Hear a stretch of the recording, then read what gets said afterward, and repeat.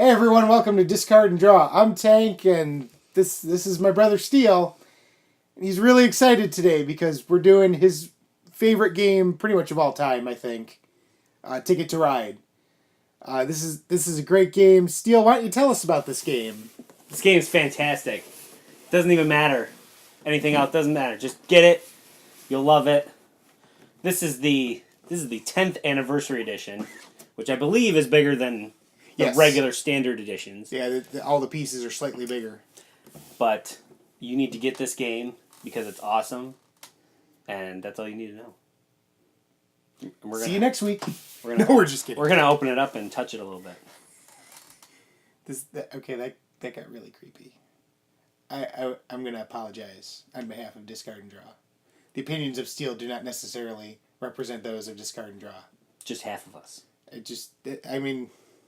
guess technically, yeah, but okay. No, don't. We're gonna open it up now. Oh, okay. Come on, we're gonna open it up. All right. Put it down.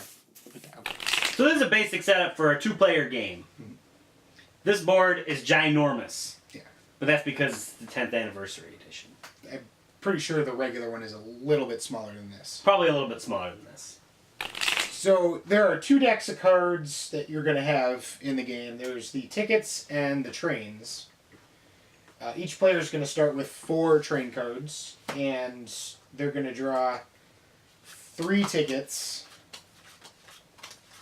And you have to keep at least 2 of these. You can keep all 3 if you want, but you have to keep at least 2 of them to start with. And there's actually 3 kinds of tickets in this game, because there's the classic cards, there's the 1910 cards, and then each of those 2 versions have also Big City cards. So you got Big City Classic and Big City 1910. You can shuffle them all together. You can use, only certain kinds of each kind. Whatever you want to do with them is fine. So each ticket has 2 things on it that you're going to need to know. The first is it's got a map of the board, and it'll show 2 cities highlighted and a line drawn in between each. And basically that's your goal, is to link those 2 cities via train. And if you do that, you get the points listed in the corner of the card. In addition, each player is also going to select a train cut. Well, in the base game it's just colors, but in the 10th anniversary edition, they actually gave the train companies names, and they're actually we'll use this as an example. They crafted them to look different too. This is the circus one. It's got a couple giraffes sticking their head out the back there. Which is really awesome. So everyone's going to basically, I'll take this one, pick one of these. And you can play up to 5 people with this. And those are your trains for the game. The game will end when someone has 2 or fewer trains left after placing some trains on the board. You basically have one more round, not including the player? Including the player? Yeah. Okay, including the player that ended the game, essentially. You also have these wooden pieces to keep track of score. Score goes around the outside of the board like many other games. And how you place trains on the board is the train cards. This is basically a set collection game. Those of you who have seen our Back to the Future video, yep, we referenced this game in that video, and because it's very similar to set collection, you're going to be taking cards from the train, this row of trains, which we're going to keep. When we take one from the top of the deck and replace it. Or you can draw just right off the top of the deck. And on your turn, you can either draw 2 cards from the train deck, draw 3 from the ticket deck, and you have to keep at least one of them, or turn in some of your train cards to place trains onto the board. So let's say you want to place some trains on your turn. Fantastic. Let's do that right now. I got 2 red cards. Now these 2 red cards are only good for spots on the board that are red, that have 2 red spaces, or 2 gray spaces. Gray spaces you can use any color with as long as they're all the same color. You can't mix and match. You can't put a yellow and a green, for example, on a 2-space gray space. So with these 2 red cards, I can play them, hand them in, take 2 of my neat little Coltranes, and place them right here on this spot from Boston to New York on the red space. And that is how you place trains. So you just place 2 trains. What do you get for that, I wonder? Victory points. What else would you get? I don't know. Yes, victory points. I'm Okay. telling you right now, it's victory points. And right here on the board, they make it nice and easy. They give you a list of 1 to 6 trains, because that's how many trains you can place at once, is up to 6. And it tells you how many points each separate one is worth. So I just placed 2 trains. 2 trains would be worth 2 points.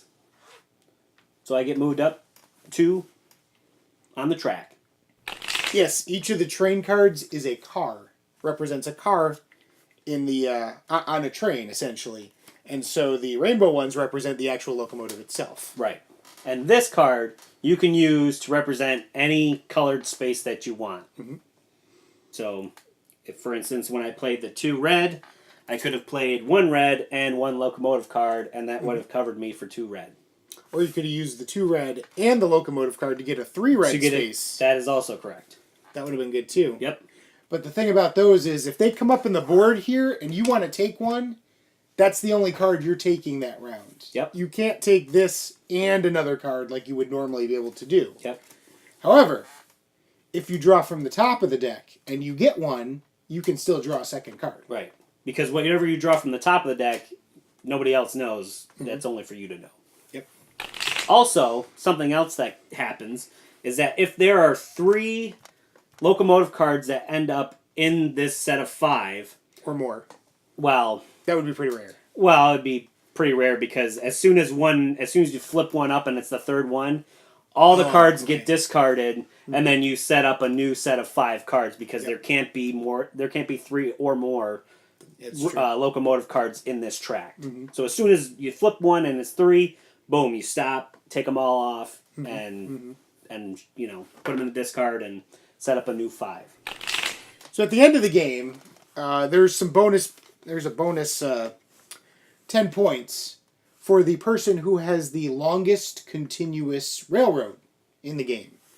So if you had, like, from here, like, going all the way over here, down here, up here, whatever, you have the most cars in a row, you get an extra 10 bonus points. Also at the end of the game, any tickets you still have that you have not completed, you will actually lose the points listed on the card because you didn't complete the ticket. So, draw tickets carefully. There are, in addition to this map here, you can actually get other maps for Ticket to Ride. Now, if you have the 10th anniversary edition, the trains are going to be a little bigger than, the regular boards. regular boards, but they should still be usable. You should still be able to make it work. I don't see why you wouldn't be able to. Because it's not that much Right, it's bigger, not like- it's yeah. not like a huge. It's not like one of these trains would be like 2 or 3 spaces on a normal board. That would be no. Now there are some spots on the board that have 2 either different colored or gray colored, leading from the same 2 cities. The only way you can use both of those tracks is if you have 4 or more players, which would be 4 or 5 players playing with you. If you're playing with 2 or 3 people, once one person uses one side, you cannot use the other side. You're done. That is closed off. So like right here where I put these 2 trains, Boston, New York, nobody can use these 2 yellow spots. In a 2-player game. In a 2 or 3 player game, you can't use those spots. These are only for 4 and 5 player games. Yep. It's the only way you can use those spots. So at the end of the game, everyone's going to show what tickets they have. All the tickets you get. Let's say I got 6 tickets or something. 5 tickets. Any ones you've completed, you're going to add to your victory point score. any ones that are uncompleted, you're going to lose points for. And then the bonus points for the longest railroad, continuous railroad, and then whoever has the most points at the end wins. So Steel, we already know you like this game a lot. Like really a lot. But I want to know why you like this game. What is it about this game that you really like? And why should our viewing audience just, as you keep saying, run out and buy it right now? Because there's nothing wrong with this game. There's nothing wrong with it. Everything makes sense. And the system works. Everything works. And it's just, I don't know. And it's trains. Who doesn't love trains? Trains are cool. I love trains. Mm-hmm. And I don't know. And it's simple, too. It's, there's not too much to think about besides where you have to go, maybe your route, and then maybe change your route if someone cuts you off or something. Mm-hmm. But, and even that, it is a game where somebody could potentially cut you off, and you could probably get totally screwed and be very angry. But at least for me, I can't stay mad at this game. I really can't. I just can't. I don't know what it is. It's just I can't. I'll still play it. I don't care. Mm-hmm. There's a lot of games that do make us angry that I might stay away from for a little bit, but not this game. I wouldn't. I'd play this game one right after another. I have no problem with that. Steel has a complicated relationship with this game. It's a love-hate, mostly love.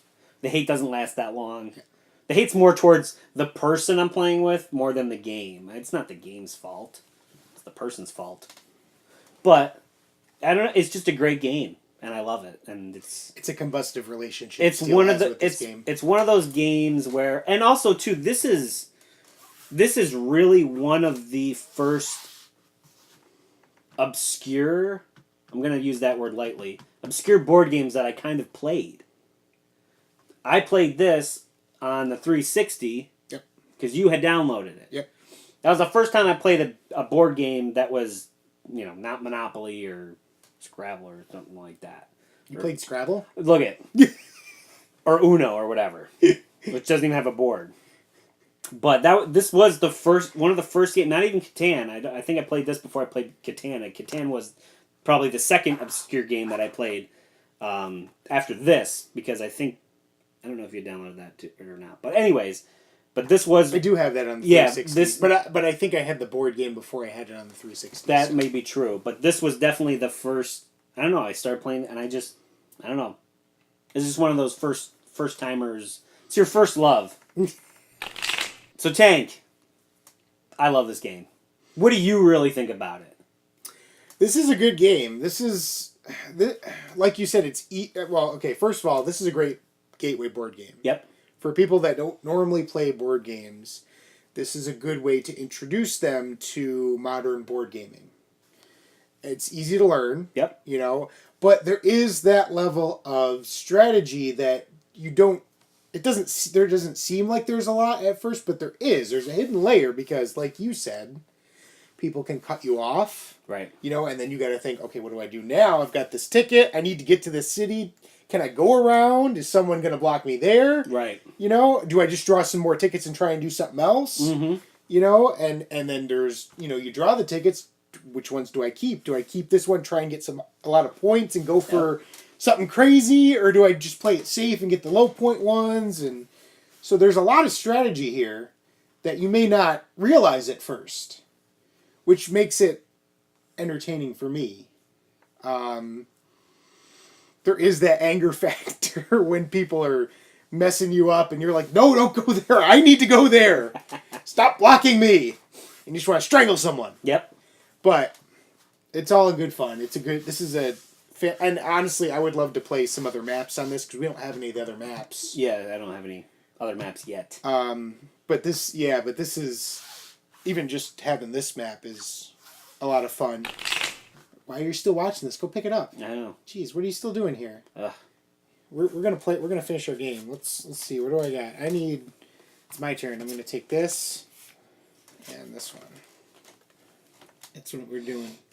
So, Ooh. what are you still doing here? Go get the game.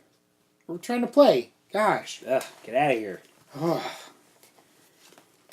I'm gonna draw 2 cards. That's what I'm gonna do. So this is I had a frog come up and All that time wasted. And to do that, you on your turn. Actually, I don't know what I was doing. Now there are some spots on the board that have 2 tracks on a. Okay. Go ahead. But tell us why you like this game. I don't like that. I'm going to do that again. All right.